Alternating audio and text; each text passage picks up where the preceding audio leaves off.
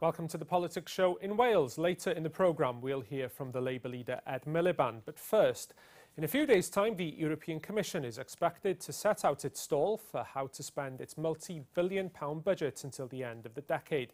It's almost certain that the poorest parts of Wales will yet again qualify for the highest levels of financial support. But after billions of pounds of European investment and some award-winning projects, Wales is still getting relatively poorer each year. So what's going on? Our correspondent Arwyn Jones has been to Brussels to find out. Berlin, 1999. This was where Wales first qualified for a huge package of financial support. We have actually got them. Tony Blair negotiated a deal that saw billions of pounds of aid to the poorest parts of Wales. Back then, it was heralded as a once-in-a-lifetime opportunity to boost communities in West Wales and the valleys that were amongst the most economically challenged in the whole of the European Union. But it didn't work. The poorest parts of Wales failed to catch up with the rest of Europe, and so there was a second round of aid. And now it seems almost certain there'll be a third round too. And that's because, relatively speaking, West Wales and the valleys is poorer now than it was in 1999. Well, it's a double-edged sword. You know, I think Wales welcomes the funding we get from Europe, but on the other hand, of course, it would be nice to have a GDP above 75% of the EU average.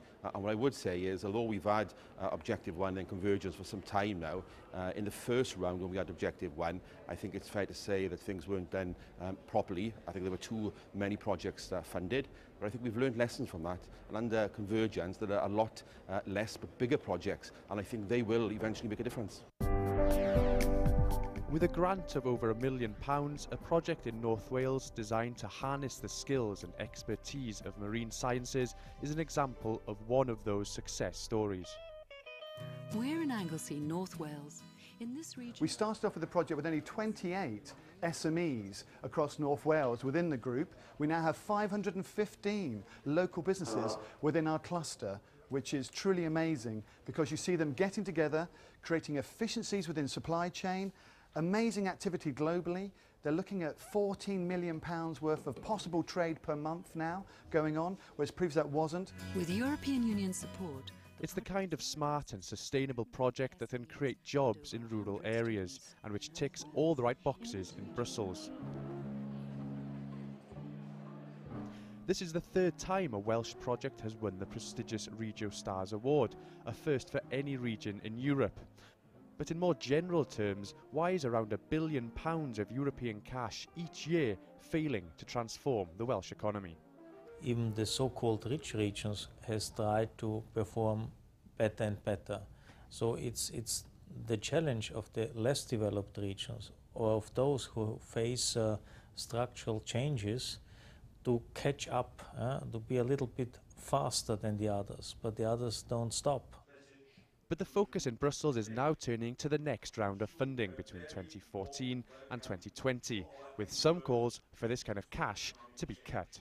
Well, for us in Wales, of course, it's vital that the European budget isn't cut because we benefit so much from it. It's 3/4 of Wales now gets European funding, and so it's not in our interest to be cutting the European budget because that's cutting the funding that's coming to us. Well, I voted to reduce the budget last week because it's important from our point of view that we reduce it because the amount of money, what was crazy was that the Parliament agreed to increase the budget. So, you know, we're at loggerheads there, so I want us to be spending a lot less, not more. I think despite receiving over £3 billion over the last 10 years, the fact that Wales still qualifies and is likely to qualify again is actually a real problem, and it suggests that the Welsh Government hasn't been spending the money as effectively and as efficiently as it might. So I think, you know, we're actually averaging £66,000 per job created, and there's something wrong. That cannot be cost effective. With so many competing interests and so much at stake for Wales, the Welsh Government's ability to make themselves heard over the next few months will be crucial. But with no clear majority in Cardiff Bay, Welsh ministers will struggle to reach Brussels as often as in the past, which raises questions about their ability to lobby effectively for Wales. I think the key thing for us to remember here is there are decisions being taken in this place that will shape Wales up until 2020. It is essential and vital that Wales's voice is heard when those decisions are taken. We cannot have an empty seat and nobody representing Wales. That simply isn't an option. we will make sure, and this government, the new Welsh government, will make sure that Wales's voice is heard loud and clear. The European Commission will publish its draft financial plans on Wednesday. How much money Wales will receive won't be known for some time.